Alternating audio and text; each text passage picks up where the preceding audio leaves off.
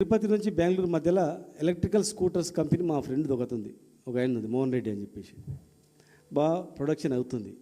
ఇమ్మీడియట్గా ఆదాని గ్రూప్ నుంచి ఒక అతను వచ్చినాడు, మేము మొత్తం కొనేస్తాము, నీకు 20% పెట్టుకో, టోటల్ మేము కొనేస్తాం, ప్రొడక్షన్ కూడా చాలా పెంచుతామని చెప్పేసి.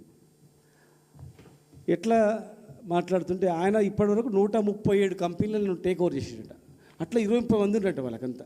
అంటే దేశవ్యాప్తంగా ఎక్కడెక్కడ మంచి ప్రొడక్షన్ ఉందో, ఫ్యూచర్ ఉందో అలాంటి కంపెనీలు మొత్తం వాళ్ళు కొనేస్తున్నారు. చాప కింద నీళ్ళకి ఎవరిని తెలుస్తలేదు ఇది ఎవరిని అని. ఎయిర్పోర్ట్లు కొనేసిండ్రు, ఫోర్ట్లు కొనేసిండ్రు, పెద్ద పెద్ద ఇండస్ట్రీస్ కొనేసిండ్రు. టోటల్ పబ్లిక్ ఏది ఉపయోగపడే వస్తువు బయటకు వస్తుంది కొత్తదంటే అది వాళ్ళ దగ్గరికి వచ్చేస్తుంది. హైయెస్ట్ ఇప్పుడు కరెంట్ మీటర్లు పెట్టాలి, రేపు కరెంట్ మీటర్ వ్యవసాయ మీటర్లు పెట్టాలంటే వ్యవసాయ మీటర్లు కూడా ఇచ్చేసినమాట అంతే. అట్లా జరుగుతుంది. అది చాలా ప్రమాదకరంగా జరుగుతుంది దేశం. కానీ మనం ప్రజలకు చెప్తలేము అది వాళ్ళు ఏం చేసింది.